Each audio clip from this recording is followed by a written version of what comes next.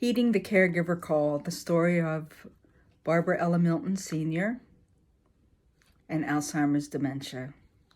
This is the chapter entitled, Our Relationship. After I left home, my mother and I had a turbulent relationship that eventually smoothed out into civil and guarded encounters organized around our blood ties and obligations. We were like two heavyweight boxers who entered the ring anytime we were in a face-to-face encounter. We stood in our mutual corner until a conflict would arise. Then we would duke it out in the center of the ring with hurtful words and innuendos. Then we wouldn't see each other for months at a time. She deserved peace and I deserved safety. I know that when I was not around, she would tell everyone about me. Oh, Buddha's doing this or that. I kept tabs on her via my aunts and grandmom during our times of separation. I was alone. I had no father, I had no siblings, but I did have lots of people who cared for and supported me through these tough times. I'm so grateful to all the people in my mother's life who helped her to have the life she wanted. Mom was blessed too by her friends. We both had our issues, and thankfully, we never fully closed the doors on our relationship as mothers and daughters with similar familial issues might have done. We stayed in touch through phone calls, and I would occasionally visit her. On June 27, 2013, I wrote the following statement on Facebook that typifies where we were in our relationship. Just had a good cry. I foolishly thought the woman who gave birth to me was my mother. Just got another lesson in letting go of expectations. I've come to understand better why Black women take that tact of toughening up their children through tough love. My mom thought that tough love made me tough enough to endure the harshness of the world. Tough love did make me tough, and it also made me hurt. So I learned it was best to try to avoid being in the line of fire by the choice of subjects we talked about and the types of activities we would engage in. It was much better to connect with my mother around what we were doing rather than how we were feeling. We did discuss each other's health issues.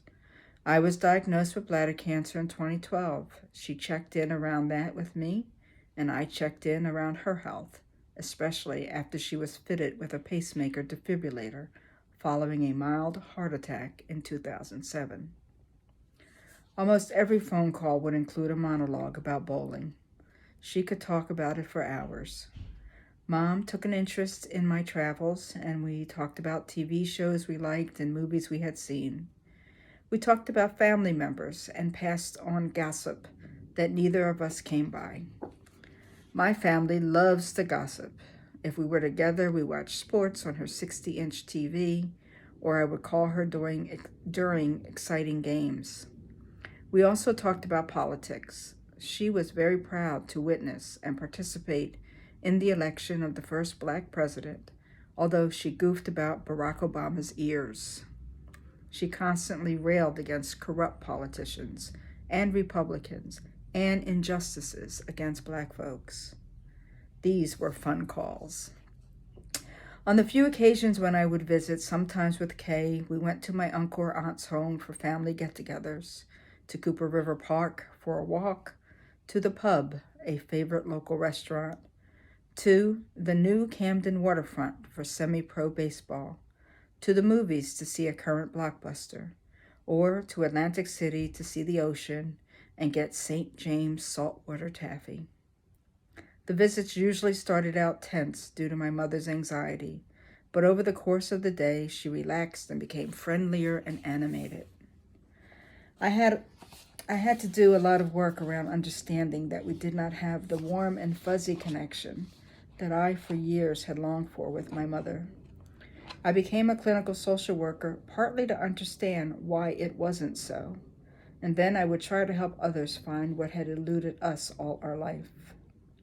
I processed a lot of anger, resentment, and grief through therapy, workshops, self-help, and spiritual groups on the road to acceptance of myself and our relationship.